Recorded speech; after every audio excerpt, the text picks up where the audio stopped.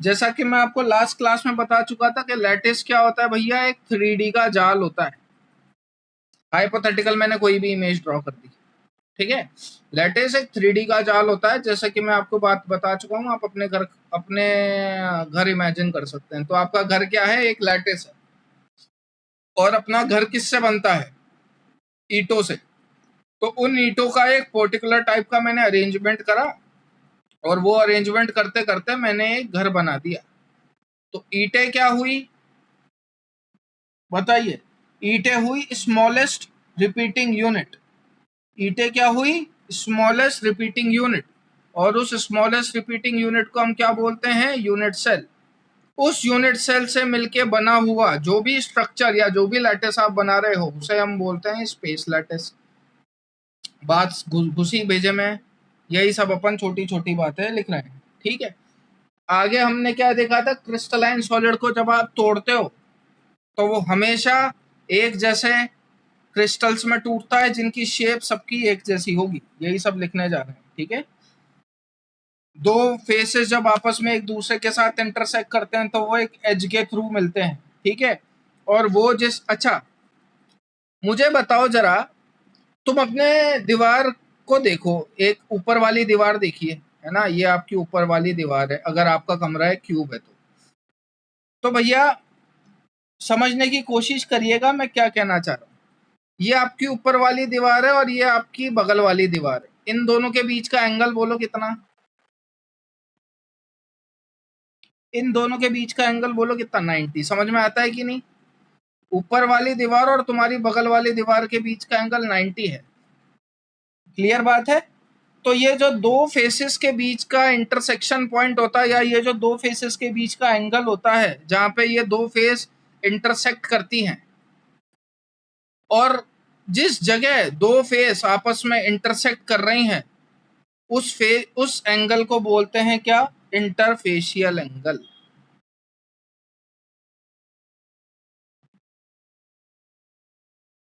उस एंगल को बोलते हैं क्या, इंटरफेशियल एंगल।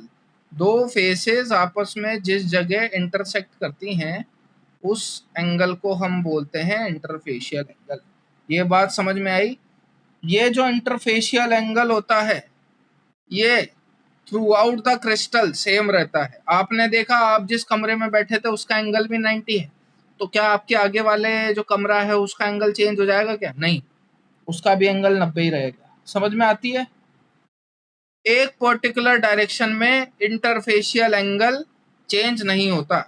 इसके आगे अगर मैं एक और क्यूब बना दूंगा, तो क्या, ये मैंने सपोज एक और क्यूब ड्रॉ कर दिया, तो क्या यहाँ पे इंटरसेक्शन एंगल चेंज हो जाएगा क्या, या ये जो इंटरफेशियल एंगल है वो चेंज हो जाएगा क्या। तो अपन बोलेंगे नहीं, यहाँ पे भी तो एंगल 90 ही है।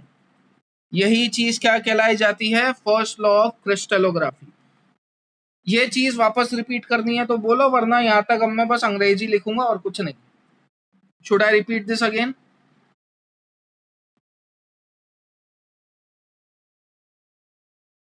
चलो लिखिए फिर।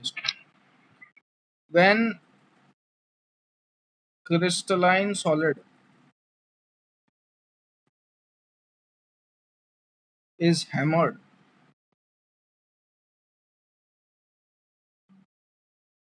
we get crystals.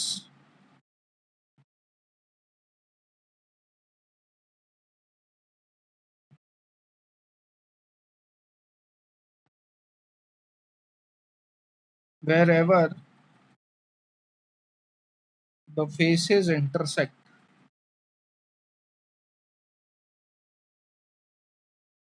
it creates an angle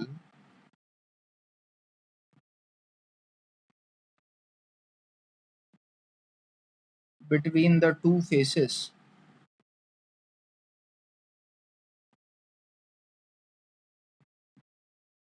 which is called interfacial angle. ये जस्ट रैंडम टर्म्स है ना, ये पूछा नहीं जाएगा आपसे कभी, बस आपको पता होना चाहिए। आगे पैरा चेंज करके लिखेंगे, the interfacial angle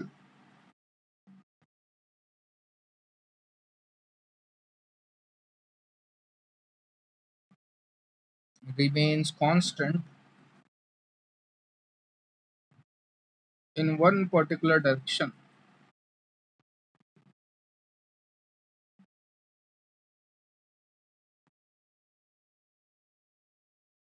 in a crystalline solid,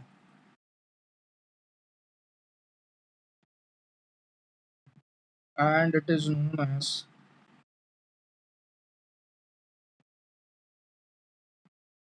first law of crystallography.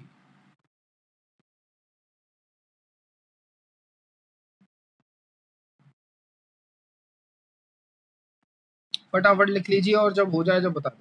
ये तो मेरे साथ ही नोट डाउन करते हुए चल लेना आप, है ना, इसमें कुछ खास नहीं, सब आप पढ़ चुके हो। जैसा कि अपन जानते हैं कि क्रिस्टलाइन सॉलिड की जो है वो छोटी छोटी रिपीटिंग यूनिट से बनता है, और जिस रिपीटिंग यूनिट से बनता है उसे हम यूनिट सेल बोलते हैं। यही लिखने वाले बस। All crystalline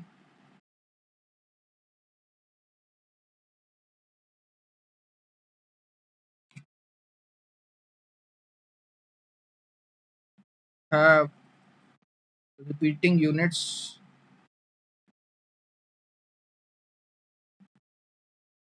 because of the regular arrangement.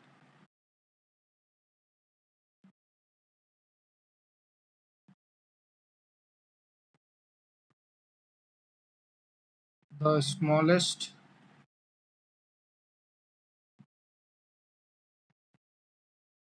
repeating unit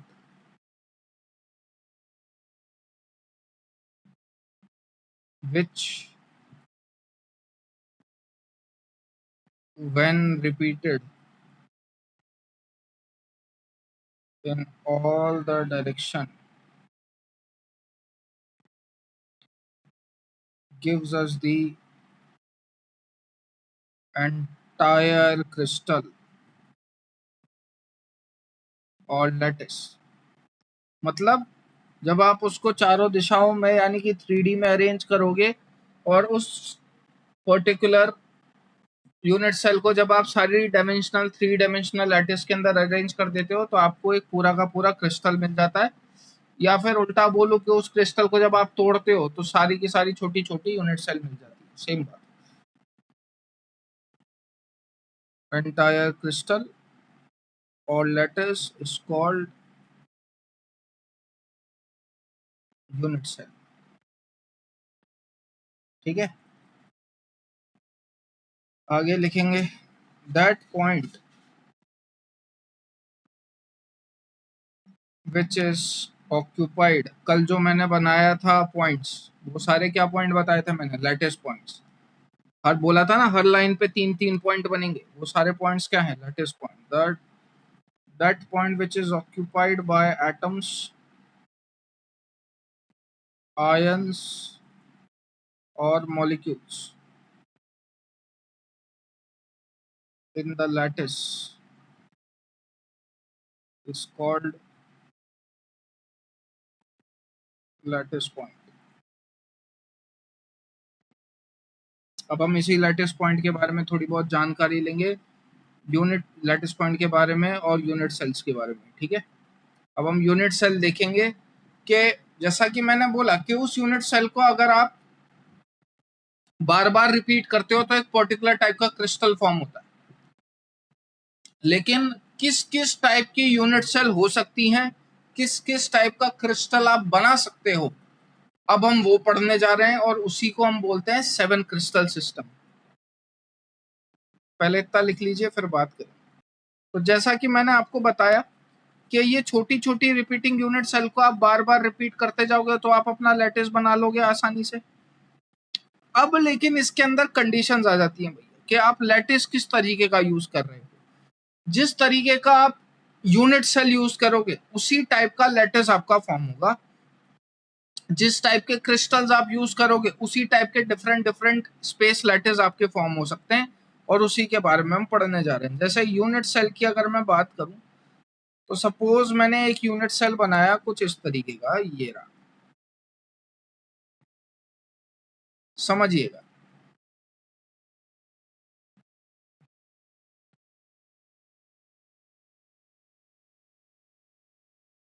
ये y एक्सिस है, ये z एक्सिस है और ये x एक्सिस है। यहां से यहां तक की जो लेंथ है वो a है, यहां से यहां तक की जो लेंथ है वो b है और यहां से यहां तक की जो लेंथ है वो c है। x और z के बीच का एंगल मैंने मान लिया गामा है, x और y के बीच का एंगल मैंने मान लिया अल्फा है और इन दोनों के बीच का एंगल मैंने मान लिया बीटा है, y और z के बीच का। ठीक, मेरी बात सुनना। अब ये क्या है, ये आपकी यूनिट सेल है। मतलब इसको अगर आप बार बार रिपीट करते हो तो आपका स्पेस लैटिस बन जाता है। लेकिन बात आ जाती है कि मेरी यूनिट सेल के अंदर अगर मैं वेरिएशन करता जाऊंगा तो मेरे स्पेस लैटिस में भी वेरिएशन होता जाएगा, तो आपके क्रिस्टल में भी वेरिएशन होता जाएगा, तो आपके डिफरेंट क्रिस्टल्स फॉर्म होते जाएंगे। तो वो कौन कौन से टाइप के क्रिस्टल्स बन सकते हैं ये मैं आपको अभी बताने जा रहा हूँ। सपोज मान के चल लो अगर आपकी साइड्स इक्वल होती, यानी कि a equal to B equal to C होता और आपका एंगल भी इक्वल होता, यानी कि alpha equal to beta equal to gamma, किसकी कंडीशन होती है ये? ऐसा कौन सा स्ट्रक्चर होता है जिसके अंदर साइड और एंगल सब बराबर होते हैं? क्या बोलते हो उसको? तो अपन बोलेंगे ये क्यूबिक स्ट्रक्चर है, जानते हो ना। तो बस अब मैं अगर ये साइड में वेरिएशन करता जाऊं या मैं एंगल्स में वेरिएशन करता जाऊं तो लैटिस क्यूब ना होते हुए कुछ और फॉर्म लेने लगेगा, और वही फॉर्म हम पढ़ने जा रहे हैं। वो जो टोटल फॉर्म्स होती है वो 7 तरीके की होती हैं और उन 7 तरीके की फॉर्म्स को हम बोलते हैं 7 क्रिस्टल सिस्टम। पहले ये डायग्राम बना लीजिए और यहाँ मैं नीचे एक छोटा सा टेबल बना देता हूँ, नोन एज 7 क्रिस्टल सिस्टम। हम पढ़ने जा रहे हैं 7 क्रिस्टल सिस्टम, है ना। मैं थोड़ा सा फॉन्ट साइज कम कर रहा हूँ ताकि इस स्पेस में आ पाए। लिखने से पहले एक बार यहाँ पे जरा गौर कर लीजिए, हुआ क्या है, कंपटीशन में डायरेक्ट इससे सवाल भी पूछ लिया गया था, तो आपको ये याद रखना है। लेकिन याद रखने का तरीका है, मैं मेरी स्टाइल में करवाता हूँ, लोग अपने हिसाब से याद रखने का बोल देते हैं। ये मेरा एक छोटा सा जुगाड़ है, इससे याद रखना आसान हो जाता है। तो भैया तुम लोग पढ़ रहे हो कंपटीशन के लिए, क्या हासिल कर लोगे कंपटीशन में पढ़ के? अगर ढंग की रैंक आ जाएगी तो ढंग का कॉलेज मिल जाएगा, ढंग का कॉलेज मिल जाएगा तो ढंग की नौकरी मिल जाएगी, ढंग के रिश्ते आ जाएंगे, ढंग की कार मिल जाएगी, ढंग का मकान आ जाएगा। तो क्या चीज चल रही है, सपोज आपकी रैंक अच्छी आ गई, नौकरी अच्छी लग गई और जिस कंपनी में आपकी नौकरी लगी उस कंपनी का नाम होगा और उस कंपनी का नाम है CTOHRMT। क्या नाम है उसका? CTOHRMT।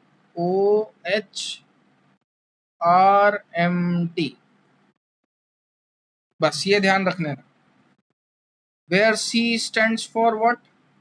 क्यूबिक। पहले सुन लो फिर बात करेंगे लिखने की, है ना, टाइम दे दूंगा मैं। T stands for tetragonal, O stands for orthorhombic, H stands for hexagonal, R stands for rhombohedral,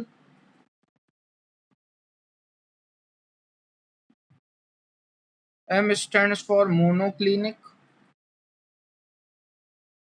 and T stands for triclinic। ये आप डिफरेंट डिफरेंट टाइप के क्रिस्टल्स फॉर्म कर सकते हो। These are what type of crystal system.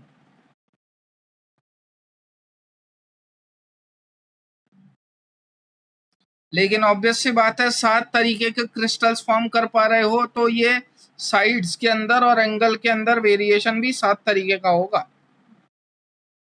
तो अब जो दूसरा सेक्शन बनाने जा रहे हैं, अब मैं आपको रिलेशन बताने जा रहा हूं बिटवीन ABC। तो यही पैटर्न क्यों लिखा मैंने आप समझ जाओगे। क्यूबिक के अंदर क्या होता है, तीनों बराबर होती हैं, तो A equal to B equal to C।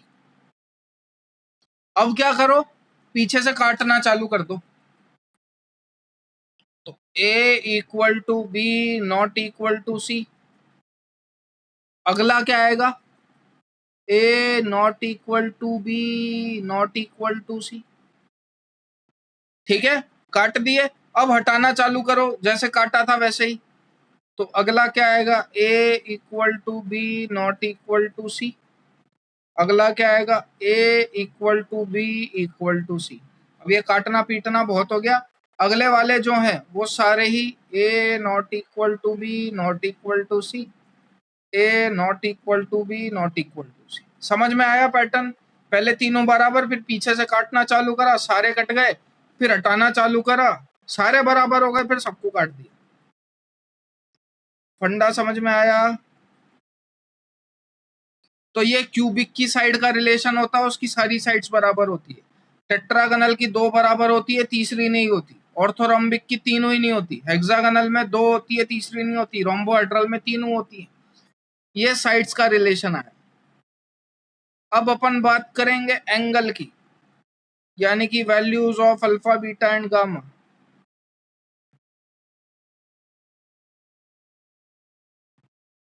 Alpha की वैल्यू, बीटा की वैल्यू और गामा की वैल्यू, क्यूब के लिए तो तीनों बराबर होंगे। अब देखो, शुरू में जो तीनों है, ये तीनों साइड्स बराबर होती है, यानी कि alpha equal to beta equal to gamma. आप क्या करना, एक कॉलम के लिए और जगह छोड़ देना, मेरे लिए तो बची नहीं। तो यहाँ पे क्या है, तीनों एंगल्स बराबर हैं। शुरू में तीनों एंगल बराबर है। Alpha equal to beta equal to gamma, alpha equal to beta equal to gamma, और alpha equal to beta equal to gamma. समझ में आया? आसान है यहाँ तक। अब क्या करेंगे, अब है, किसकी बात करूंगा मैं, हेक्सागनल की। हेक्सागनल की जब आप बात करोगे तो हेक्सागनल में अल्फा और बीटा तो बराबर होते हैं 90 डिग्री, लेकिन गामा बराबर होता है 120 डिग्री के। सिमिलरली रोम्बोहेड्रल में अल्फा, बीटा और गामा बराबर तो होते हैं, लेकिन तीनों के तीनों 90 डिग्री के बराबर नहीं होते। They all three are not equals to 90। Monoclinic की बात करोगे तो alpha equal to gamma equal to 90। ध्यान से देखना, हेक्सागनल में अल्फा और बीटा 90 होते हैं, लेकिन मोनोक्लिनिक में अल्फा और गामा 90 होते हैं, beta not equal to 90। Last में ट्राइक्लिनिक, ना अल्फा 90, ना बीटा 90, ना गामा 90। अब मैं आपसे पूछूं, इन सातों में से मोस्ट अनसिमेट्रिकल स्ट्रक्चर कौन सी दिख रही है, सबसे ज्यादा रद्दड़, जिसमें कुछ भी बराबर नहीं है? तो अपन बोलेंगे ये रही। Triclinic is the most unsymmetrical structure in all the 7 crystal system. ना उसकी साइड बराबर होती, ना उसका कोई एंगल बराबर होता। ठीक है, एक और कॉलम है, जैसा कि मैं आपको बोल रहा हूं, जगह छोड़ देना, फटाफट नोट डाउन कर लीजिए, टाइम ओवर होने वाला होगा। और लगता है नहीं हो पाएगा तो एटलीस्ट स्क्रीनशॉट तो खींच के रख लो। मैं बता दूंगा कैसे क्या आया है, बाकी फिर भी लिख लीजिए। 4th कॉलम में लिखिएगा possible type of unit cell. अब कंपनी में हो तो कंपनी का नंबर भी होगा। क्या है कंपनी का नंबर, 32411121। ठीक है, 32411121। समेशन करोगे आएगा 14। इसे ही बोला जाता है 14 ब्रेवियास लैटिस। ठीक है, 32411121 पहले लिख लो, फिर आगे बात करेंगे। आगे बढ़ते हैं, मैं वो बताऊंगा वो कैसा है, उसके लिए आपको ये लिखना जरूरी है। Based on lattice point. Lattice point के अरेंजमेंट के बेसिस पे 4 तरीके से क्रिस्टल को क्लासिफाई करा गया। क्या बोला मैं, लैटिस पॉइंट मैंने आपको बता दिया है क्या होता है। उन लैटिस पॉइंट को कहाँ कहाँ रखूं, मतलब उनकी पोजीशंस के बेसिस पे 4 टाइप के यूनिट सेल पॉसिबल है। तो 4 type of unit cell are possible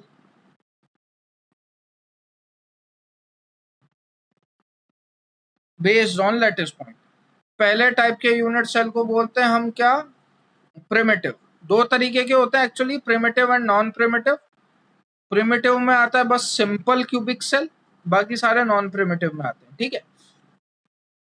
तो मैं क्या कर रहा हूं, जैसा कि मैंने आपको बोला 4 टाइप के सेल्स पॉसिबल हैं, तो मैं वही 4 क्यूब बना रहा हूं और आपको समझ में आ जाएगा वो नंबर क्या है, मतलब थोड़ा सा आइडिया हो जाएगा। तो ये मैंने 4 क्यूब बनाए, फर्स्ट सेकेंड, यहाँ मैं बना देता हूँ बाकी।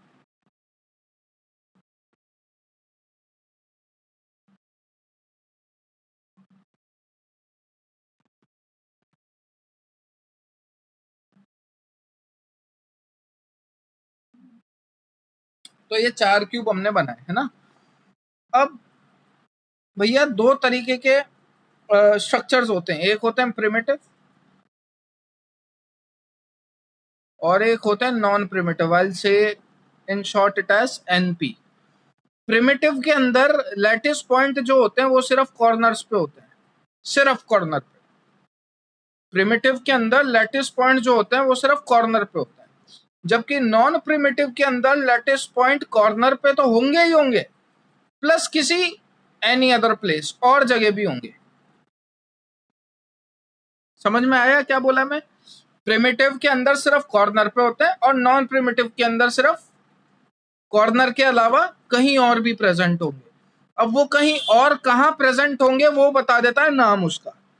जैसे तो अगर मैं आपसे पूछूं कि अगर कहीं भी पॉइंट प्रेजेंट नहीं है तो मतलब वो कहां प्रेजेंट है, तो अपन बोलेंगे कॉर्नर पे, क्योंकि स्ट्रक्चर तो दो ही तरीके की, या तो प्रिमिटिव है या नॉन प्रिमिटिव है। अब प्रिमिटिव के अंदर कॉर्नर पे होते हैं और नॉन प्रिमिटिव के अंदर कॉर्नर प्लस किसी और जगह होते हैं। तो मतलब कंपलसरी पॉइंट कहां प्रेजेंट होंगे, कॉर्नर पे तो होंगे ही होंगे, कहीं और चाहे हो चाहे ना हो। ये बात समझ में आती है? तो सिंपल या प्रिमिटिव के अंदर एटम्स का प्रेजेंट होते हैं सिर्फ कॉर्नर पे, यानी कि ये रहे।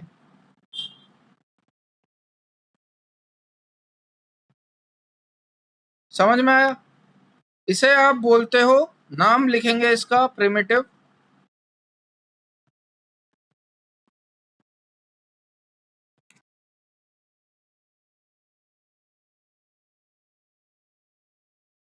और सिंपल क्यूबिक सेल। आगे लिखवा दूंगा, अभी मैं बस सिंपल लिखवा रहा हूँ, simple cubic cell. Detailed elaboration हम इसके आगे देखेंगे। इतनी बात क्लियर है? इसे हम बोलते हैं प्रिमिटिव या सिंपल। बाकी जैसा कि मैंने बोला, ये जो ऊपर वाला क्या है, प्रिमिटिव, नीचे वाले तीनों क्या है, नॉन प्रिमिटिव। तो इसमें कॉर्नर की जगह और कहीं भी पॉइंट प्रेजेंट होंगे। जैसे मैं आपसे बोलता हूं फेस सेंटर्ड, तो बताओ इसमें कहां का प्रेजेंट होगा?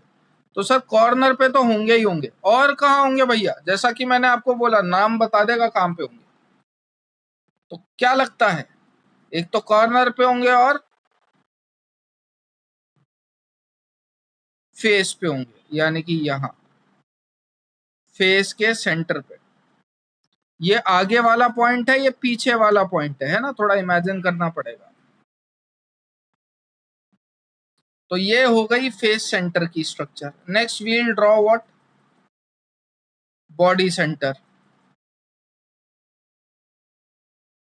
तो बॉडी सेंटर में कहां प्रेजेंट होंगे? सर कॉर्नर पे तो होते ही होते हैं।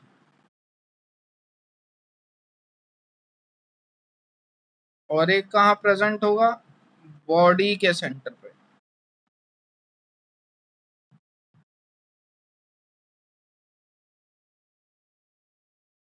अगली बात करूं मैं, अगला जो स्ट्रक्चर कहलाया जाता है वो कहलाया जाता है एंड सेंटर्ड। इसमें भी सर कॉर्नर पे तो प्रेजेंट होंगे ही होंगे।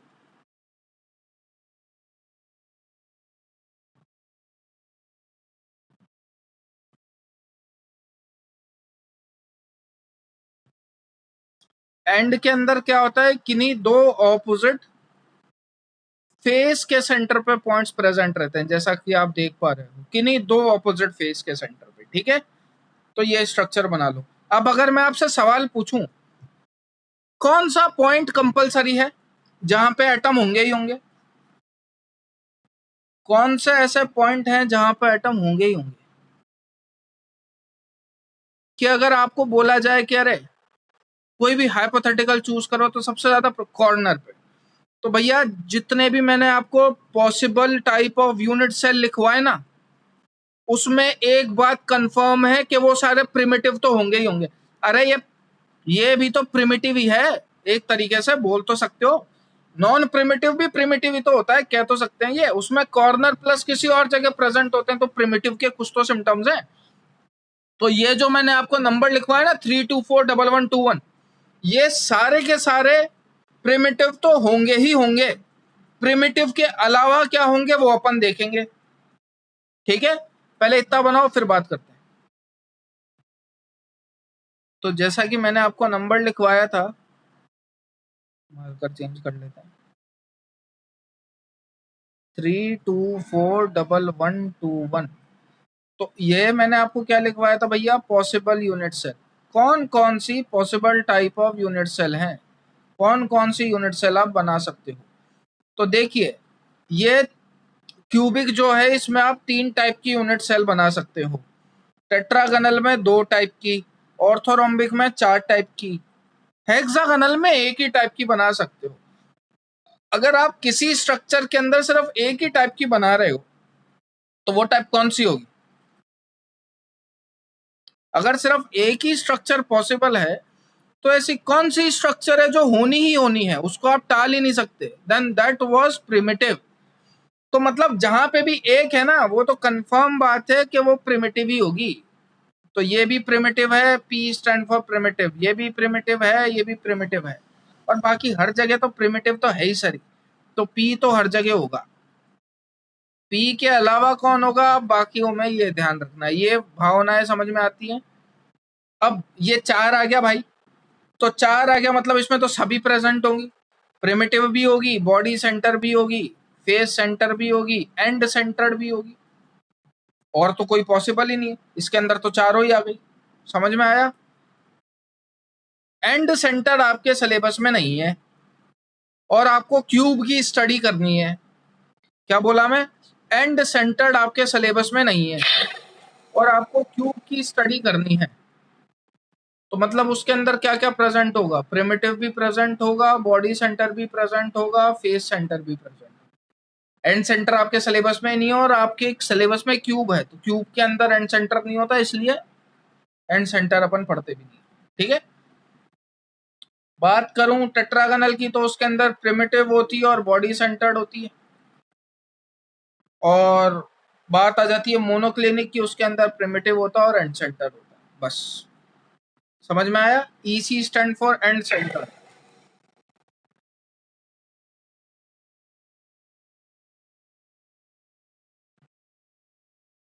ये होता है फेस सेंटर्ड, ये होता है body centred, and this is primitive. लिख लीजिए, फिर आगे बढ़ते हैं। तो आगे आप लोग क्या लिखेंगे? Cubic unit cell.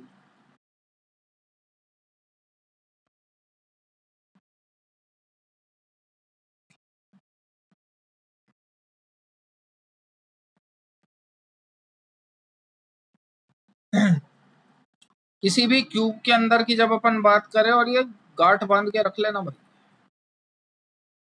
बार बार इमेजिन करने की जरूरत नहीं पड़नी चाहिए, है ना? उसके अंदर 8 कॉर्नर होते हैं, 12 एज होते हैं, 6 फेसेस होती हैं। कंट्रीब्यूशन की बात करूं मैं,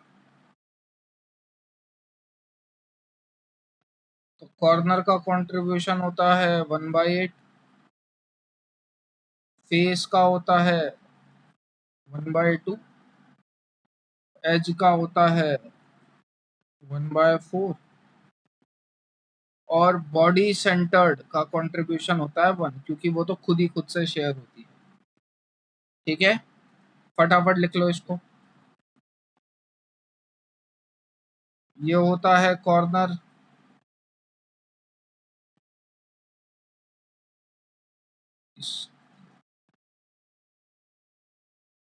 हो गया, सबका हो गया। ये होता है फेस, ये होता है एज, और बिल्कुल बॉडी के सेंटर पे रेड कलर से पॉइंट बना रहा हूं, ये होता है बॉडी सेंटर।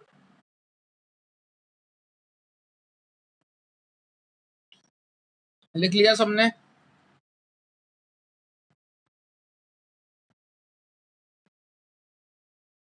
चलिए नेक्स्ट टॉपिक डालिए। Element of symmetry.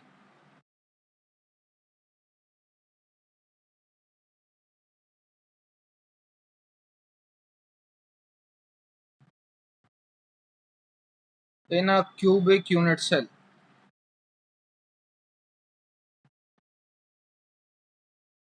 इसके बारे में कल पढ़ेंगे, है ना?